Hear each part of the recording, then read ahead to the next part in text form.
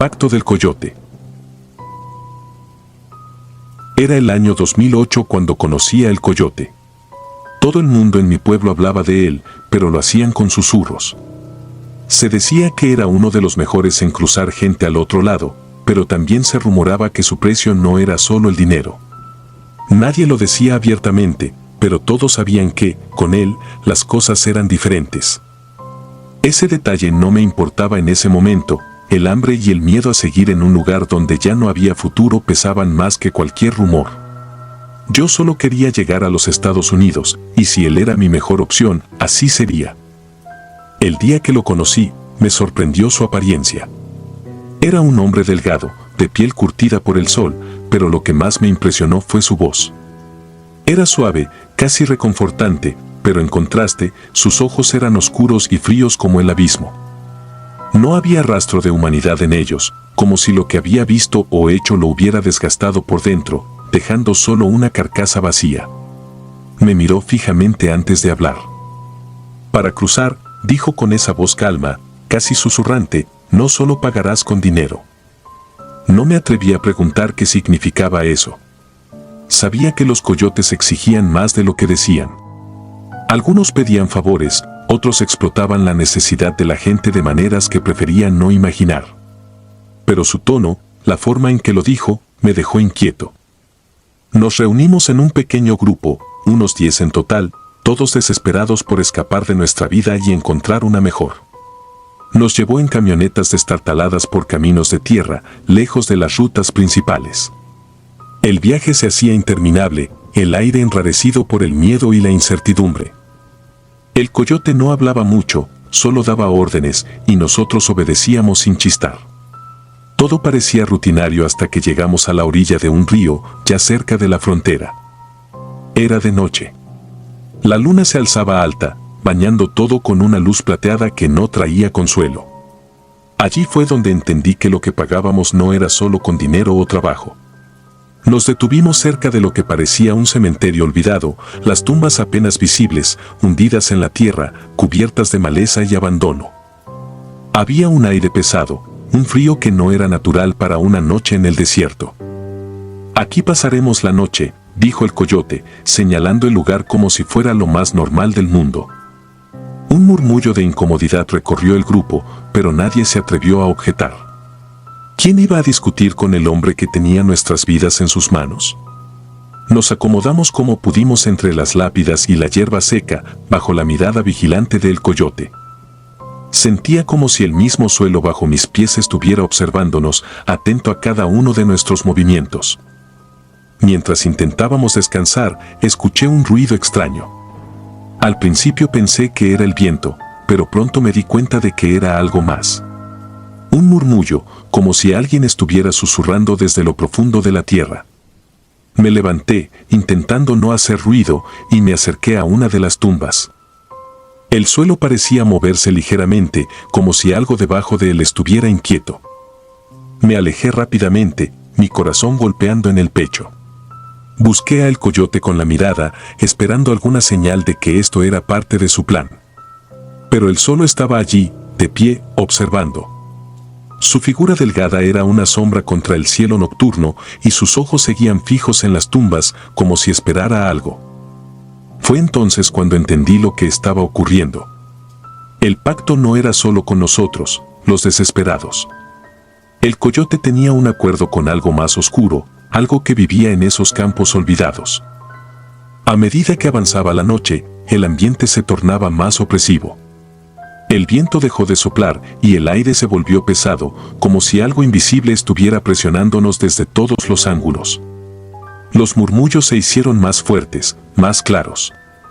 No era solo el viento ni un simple truco de mi mente cansada.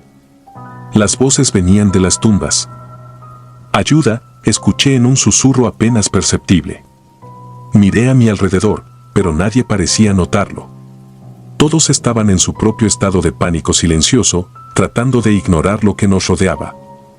Me acerqué a uno de los otros hombres del grupo, un joven que parecía aún más asustado que yo. Le susurré que algo estaba mal, pero antes de que pudiera responder, una de las mujeres comenzó a gritar. «No están muertos. Vociferaba, señalando las tumbas. Sus ojos estaban abiertos de par en par, llenos de terror. El coyote no hizo nada para calmarla. Solo la observó con esa mirada impasible, como si ya hubiera visto esa reacción antes. Sabía lo que estaba pasando y no le importaba. Todo formaba parte de su maldito plan. La tierra comenzó a moverse de verdad. Al principio, pequeñas vibraciones, casi imperceptibles. Luego, se sentía como si algo desde abajo empujara para salir. Las lápidas se inclinaban ligeramente, como si las fuerzas que reposaban debajo no quisieran seguir allí. Corrimos. Todos. Ya no importaba el plan, la frontera o lo que había del otro lado. Solo queríamos escapar de ese lugar maldito. Pero las tumbas parecían rodearnos. No había salida fácil y el coyote no hizo ningún esfuerzo por detenernos. De hecho, parecía disfrutar del espectáculo. Su sonrisa, apenas visible bajo la luz de la luna, era la sonrisa de alguien que había hecho esto muchas veces antes. Unos metros más adelante, una de las tumbas finalmente cedió. La tierra se abrió y una mano emergió de ella, una mano delgada, huesuda, cubierta de piel putrefacta. No era posible, me dije. No podía ser real. Pero lo era. Estaba sucediendo. Y esa mano no fue la única. Poco a poco, más cuerpos comenzaron a salir de la tierra, moviéndose con una lentitud aterradora, como si cada uno de ellos estuviera despertando de un sueño profundo, hambrientos por algo que solo nosotros podíamos ofrecerles. No recuerdo mucho de lo que pasó después. Solo que corrí y seguí corriendo.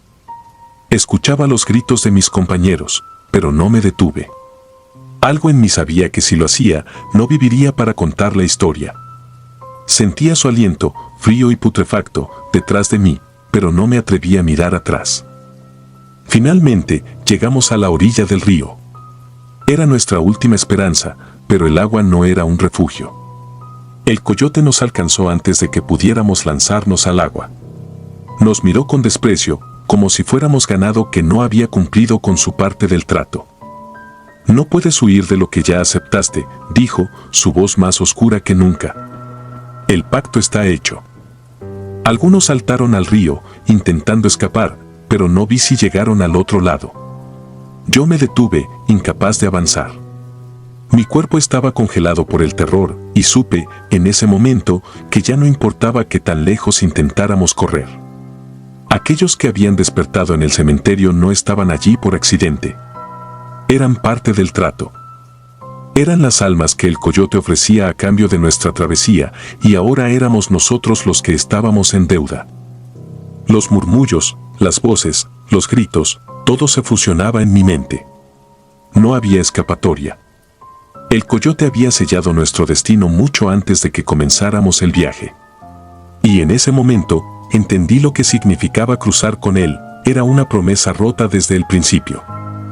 Un pacto con algo que no comprendíamos, algo mucho más antiguo y oscuro de lo que jamás habíamos imaginado. Todavía no sé cómo logré sobrevivir esa noche. Quizás porque, en el fondo, ya no era del todo yo. Algo de mí quedó atrás, en ese cementerio olvidado. Y a veces, en las noches más oscuras, aún escucho susurros, recordándome que no puedes escapar de las sombras con las que alguna vez hiciste un pacto.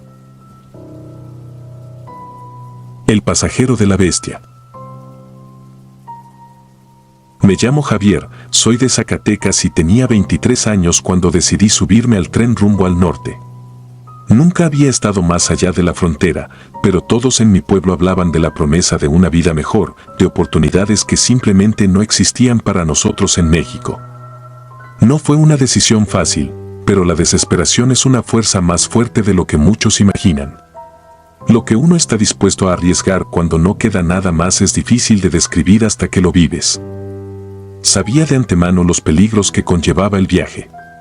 Había escuchado historias de otros migrantes, del tren La Bestia, de los cárteles que acechaban en el camino, de los robos y las extorsiones. Pero pensé que, con suficiente suerte, podría sortear esos obstáculos. Pensé que los verdaderos horrores serían humanos, que serían físicos. Pero no estaba preparado para lo que me esperaba, para lo que aún me cuesta entender hasta el día de hoy. Subí al tren con otros que, como yo, buscaban un escape. Los primeros días fueron largos, cansados, con el constante temor de caer del techo del tren.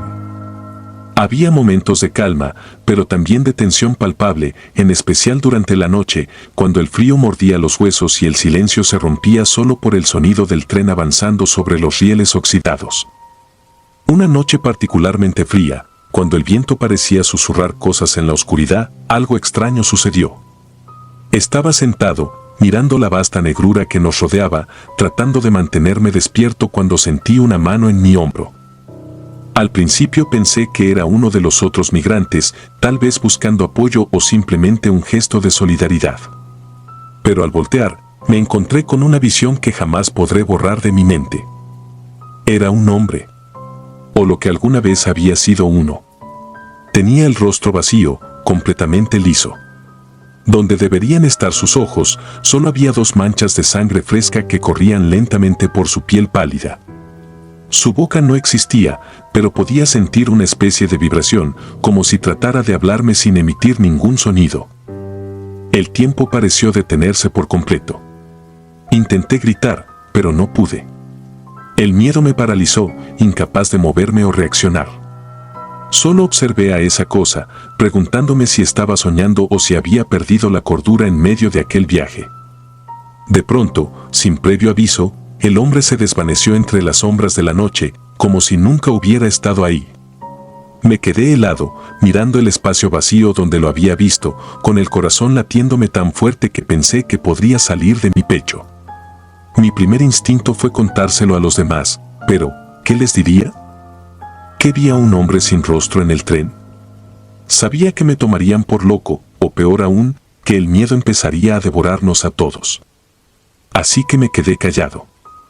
Pensé que era algo que no volvería a ver, una alucinación provocada por el cansancio, el hambre y el frío. Pero estaba equivocado. Las noches siguientes fueron peores. Cada vez que el tren se adentraba más en su interminable recorrido, el ambiente se volvía más pesado, más cargado de algo que no podía definir, pero que estaba ahí, como un mal presentimiento constante. Y él volvió. Lo vi de nuevo, al borde del tren, mirándome, aunque no tenía ojos con los cuales hacerlo. Y esta vez no estaba solo. Otros comenzaron a notarlo. No todos, pero algunos de los migrantes también comenzaron a tener experiencias extrañas. Una mujer, Rosa, me contó entre susurros que sentía que alguien la seguía cada vez que se quedaba dormida.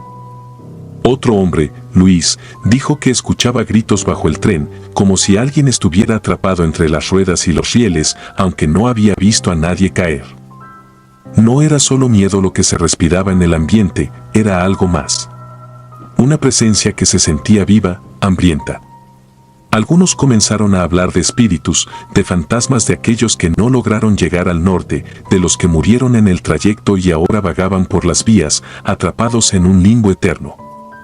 Otros decían que era una maldición, que el tren estaba marcado por el sufrimiento de los miles que habían perecido en su viaje. Yo no sabía qué creer, pero cada vez que veía al hombre sin rostro, sentía que estaba a punto de perder la razón.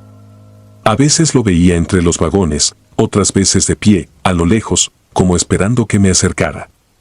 Sus apariciones eran fugaces, pero cada vez más intensas. La última vez que lo vi, estaba tan cerca que pude sentir el frío que emanaba de su piel, como si fuera un cadáver. Esta vez no desapareció de inmediato.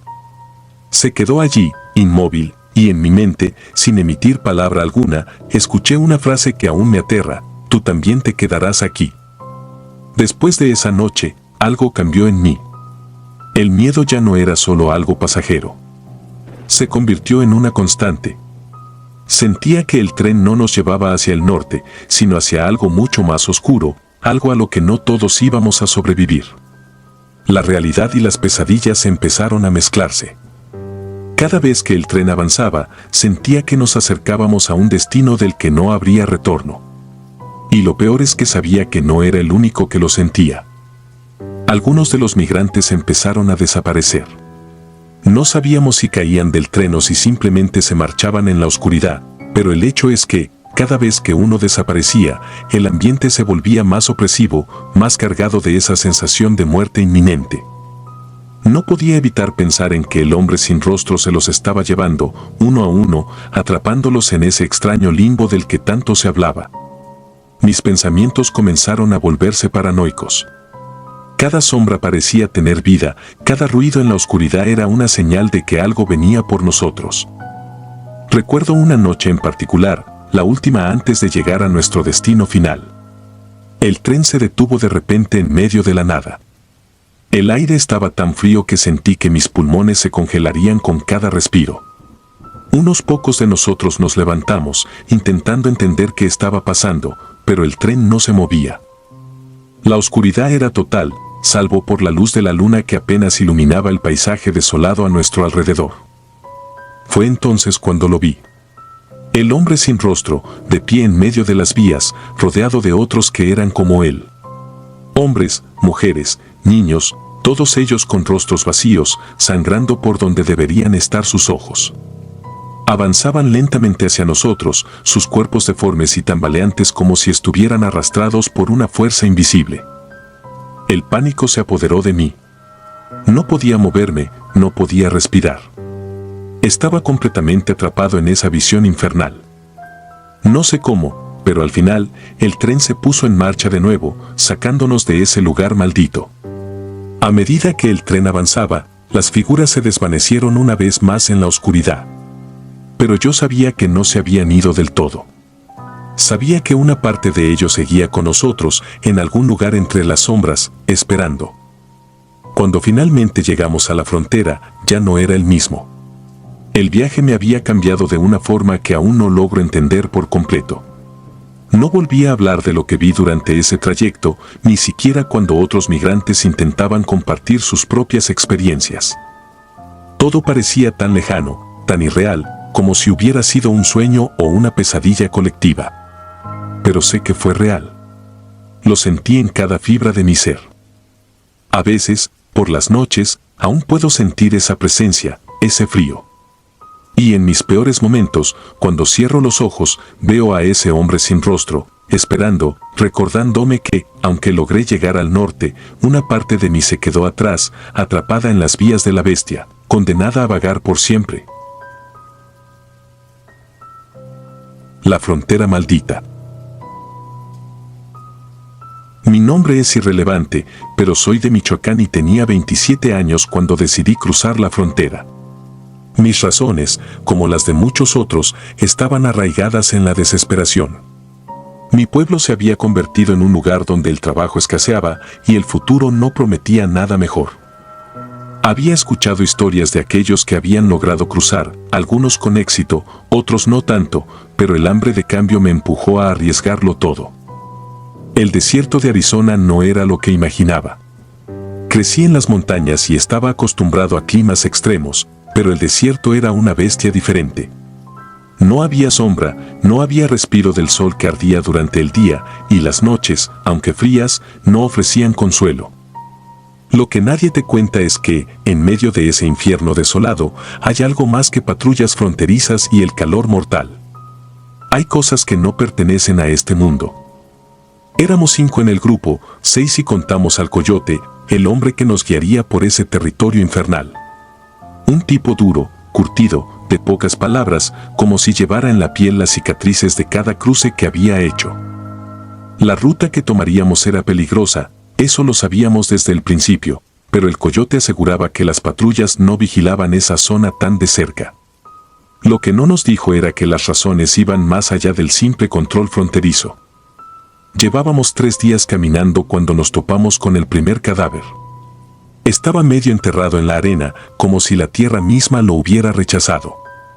No era extraño encontrar cuerpos en el desierto, gente que no lo había logrado, víctimas del calor o de la sed. Sin embargo, este cuerpo era diferente. No había signos de deshidratación, ni quemaduras del sol. Parecía fresco, pero la expresión de su rostro, una mezcla de terror y agonía que nunca había visto antes. Nadie dijo nada, pero todos lo vimos. Seguimos caminando. Esa noche acampamos en una pequeña depresión entre 2 colinas de arena. El viento era suave, pero lo suficiente para hacer que la arena danzara en remolinos silenciosos. Encendimos un fuego pequeño, solo para calentarnos un poco antes de dormir. El Kaori nos dijo que no hiciéramos mucho ruido, que las patrullas podían estar cerca. Pero su mirada no estaba en el horizonte donde podrían aparecer los vehículos. Estaba fija en el cielo, en la luna que esa noche no se dejó ver. Al principio no me di cuenta de lo que estaba mal. El viento cesó de repente y el silencio se volvió espeso, pesado. No era el típico silencio del desierto. Era algo más. Mis compañeros se inquietaron, intercambiamos miradas, pero nadie se atrevió a romper el silencio. Entonces lo vimos. Era una sombra, o al menos así la percibí en un principio. No tenía forma definida, pero se movía rápido, como una ventisca enloquecida, serpenteando entre nosotros sin hacer ruido. No era un animal, no era humano. Las llamas del fuego parpadearon como si fueran apagadas por una brisa que no sentimos. Algunos de mis compañeros empezaron a murmurar oraciones, otros apretaron los dientes. Yo no podía moverme, paralizado por la confusión y el miedo. El coyote estaba de pie, rígido, con los ojos fijos en la oscuridad. «No hagan ruido», susurró de repente, su voz apenas un hilo. La sombra seguía moviéndose, casi jugando con nosotros. Se detuvo a pocos metros de nuestro campamento, justo en el borde de la luz del fuego. Podía sentir su presencia, pesada y oscura, aunque mis ojos no pudieran enfocarla del todo. La temperatura descendió de golpe, como si la noche hubiera decidido congelar todo a su paso. Uno de los hombres del grupo, Raúl, no pudo soportarlo más. Se levantó de un salto y empezó a correr, lanzándose a la oscuridad como un loco. Todos lo vimos desaparecer entre las sombras, sin hacer ruido. No había gritos, ni el sonido de sus pasos alejándose. Solo el silencio que lo devoró por completo. El coyote no se inmutó. Solo nos miró, con una expresión tan fría como el aire que nos rodeaba. No lo sigan. Si lo hacen, no regresarán. Esa fue la primera vez que sentí un verdadero escalofrío recorrer mi columna. No era solo por lo que acababa de pasar, sino por la certeza en la voz del coyote. Sabía lo que estaba ocurriendo, o al menos tenía una vaga idea. Y nosotros, los demás, estábamos atrapados en medio de algo que escapaba a toda razón. Esa noche nadie durmió. Nos quedamos cerca del fuego, en silencio, escuchando el viento que regresó lentamente, como si la sombra hubiera permitido que el desierto volviera a respirar. Cuando el amanecer finalmente rompió el horizonte, Raúl seguía desaparecido. El coyote nos apremió a seguir. No había tiempo para buscar a Raúl o para lamentarlo. Era obvio que no lo encontraríamos, al menos no vivo. Caminamos en silencio durante todo el día, con una sensación de desasosiego que no desaparecía. La sombra no volvió a aparecer, pero la inquietud se había quedado con nosotros. Nadie mencionaba lo que había pasado, pero todos sabíamos que algo andaba mal, que no estábamos solos en ese desierto. El segundo día, otro del grupo, un hombre llamado Joaquín, comenzó a quejarse de que sentía que lo seguían.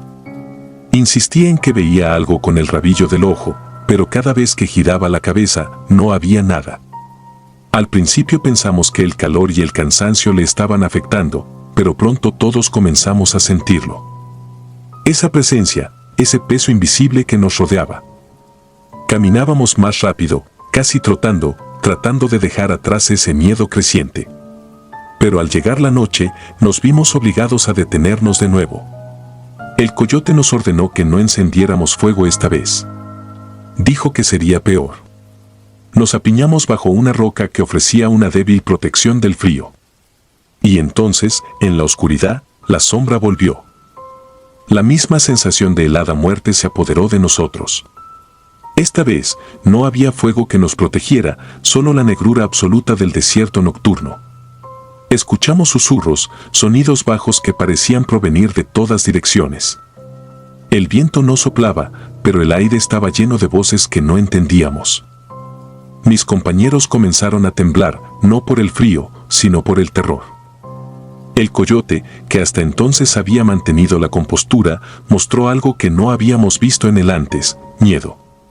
Se levantó de golpe, mirando hacia donde creía que la sombra se movía. «No podemos quedarnos aquí», dijo con voz tensa. «Hay que seguir». Nadie lo discutió. Nos levantamos y comenzamos a caminar, aunque la oscuridad era absoluta. El cielo, ahora sin estrellas, parecía un manto negro que nos aplastaba. No había dirección, solo el deseo de escapar.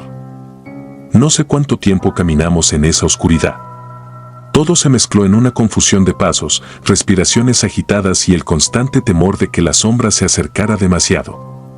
Entonces, sin previo aviso, Joaquín gritó. Fue un grito corto, ahogado, y cuando nos volvimos hacia él, ya no estaba. Desapareció, igual que Raúl, tragado por la oscuridad sin dejar rastro. En ese momento comprendí que no todos íbamos a salir de ese desierto. Algo nos cazaba, algo que no entendíamos. Intentamos mantenernos unidos, pero el miedo nos hacía débiles. Poco a poco, la sombra nos fue quitando uno a uno. Al final, solo quedé yo.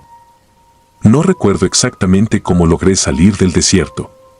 Fue como si hubiera caminado durante días, sin rumbo, sin destino.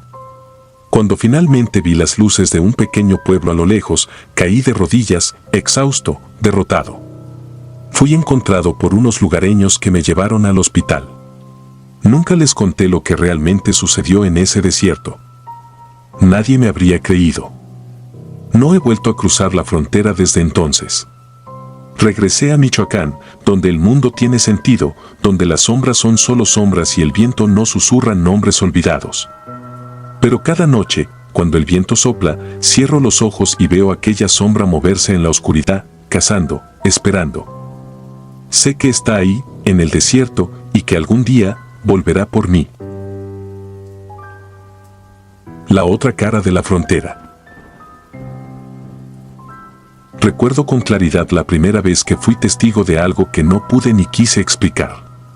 Era el año 2003, tenía 24 años, y como muchos otros en mi situación, solo quería cruzar la frontera. Venía desde Oaxaca, buscando algo mejor, huyendo de la pobreza y del peso insoportable de las deudas que no dejaban de crecer.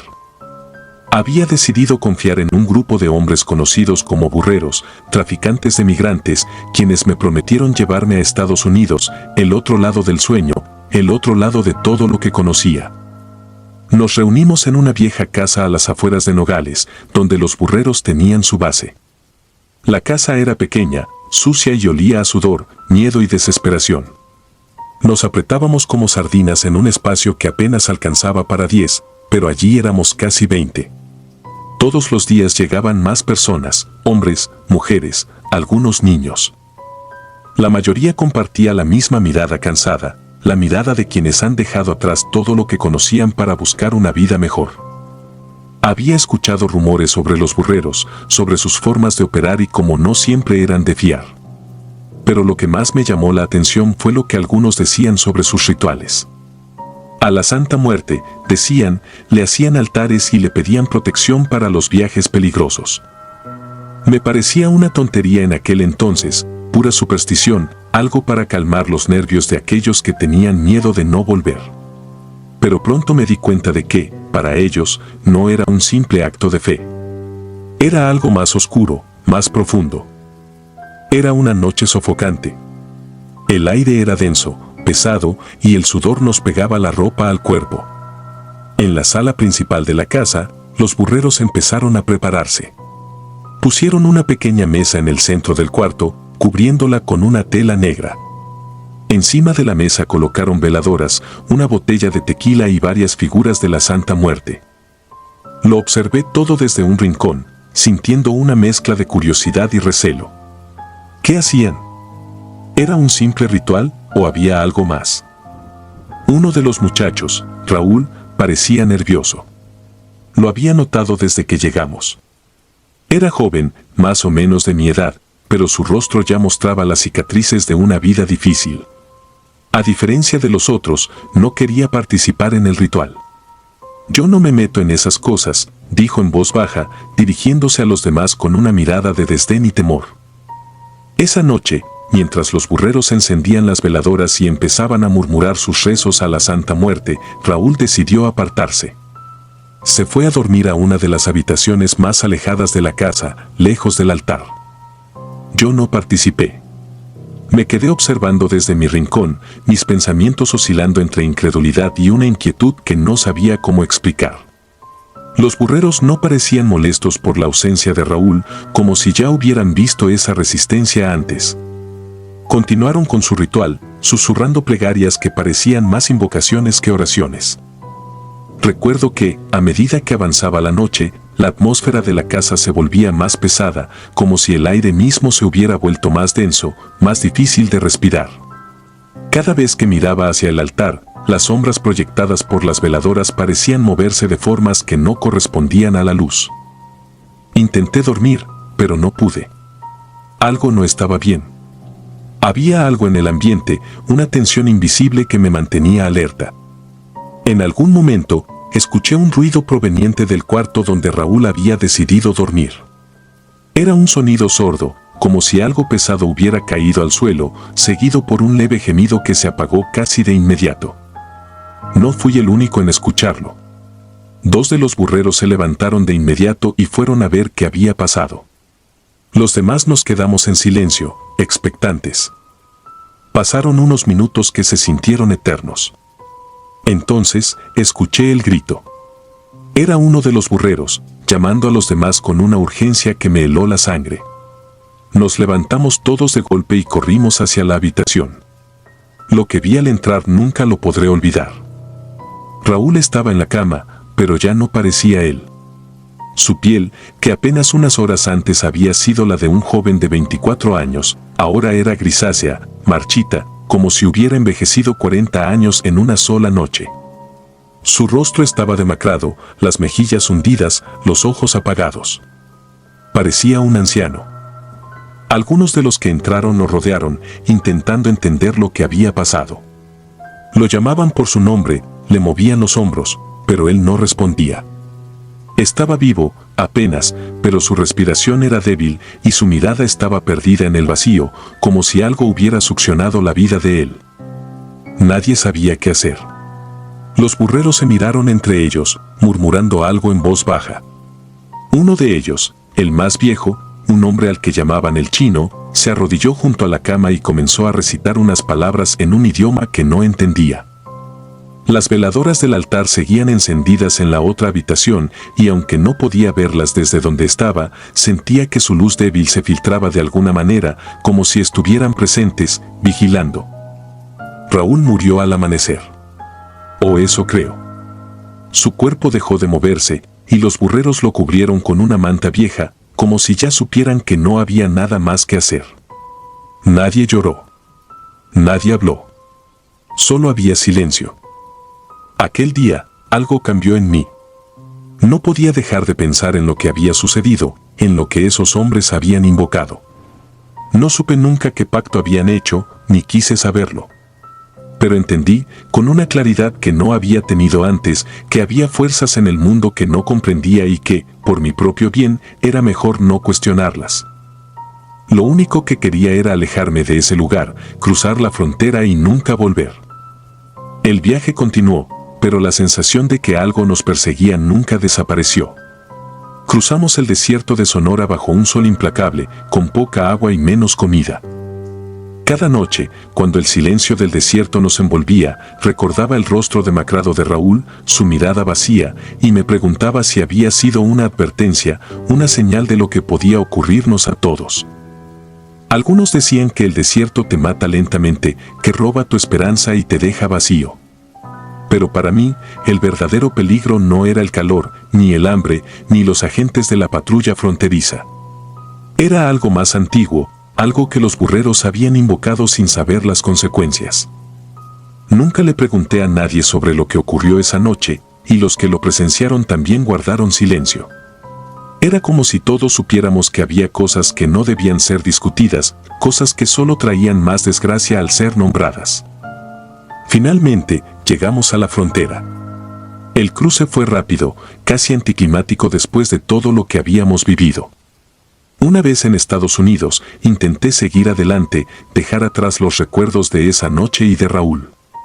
Conseguí un trabajo en una fábrica y me instalé en una pequeña ciudad del sur de Texas. Pero, a pesar de mis esfuerzos, la sombra de la Santa Muerte y lo que vi esa noche nunca me abandonó. A veces, en las noches más oscuras, me despierto con la sensación de que alguien me observa desde las sombras de mi habitación. Y, aunque nunca he vuelto a ver a esos burreros ni a ninguno de los que compartieron ese viaje conmigo, sé que no estoy solo. Algo me sigue, algo que no puedo ver, pero que siento en cada paso que doy. Quizás sea el recuerdo, o quizás sea algo más.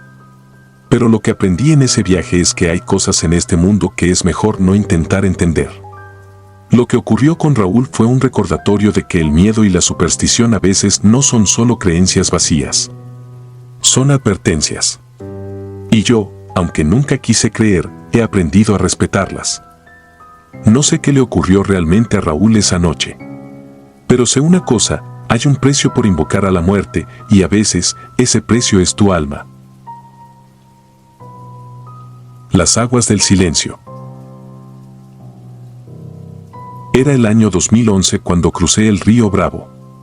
Sabía que el riesgo era grande, pero no tenía opción. Los coyotes nos habían prometido un cruce rápido y sin complicaciones, como suelen hacerlo.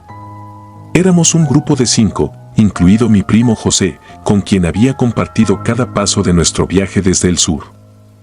Él y yo habíamos sobrevivido a semanas de hambre, deshidratación y la constante amenaza de los cárteles que infestaban las rutas migratorias. Pero aquella noche, el verdadero horror no estaba en los hombres que portaban armas o en el desierto árido, estaba en el agua. El río no era tan ancho como lo había imaginado, pero su oscuridad, bajo la luz tenue de una luna creciente, lo hacía parecer interminable. El agua estaba helada, cada paso se sentía como una punzada en la piel y las corrientes traicioneras hacían imposible avanzar sin caer en la desesperación. Desde la orilla, los coyotes nos surgían con gestos y gritos ahogados por el viento. Estaban nerviosos, como si supieran algo que nosotros no. Rápido, repetían sin parar. El frío me calaba hasta los huesos, y con cada paso me sentía más pesado. El agua me llegaba ya al pecho cuando llegamos a la mitad del río. Todo parecía en calma hasta que sentí algo. Un tirón. Primero fue suave, casi imperceptible, pero luego la presión aumentó. Algo debajo del agua me jalaba hacia abajo. No era la corriente. Era algo más fuerte.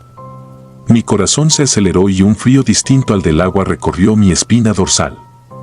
Por un momento, pensé que era una rama o algún desecho del río, pero la sensación era diferente.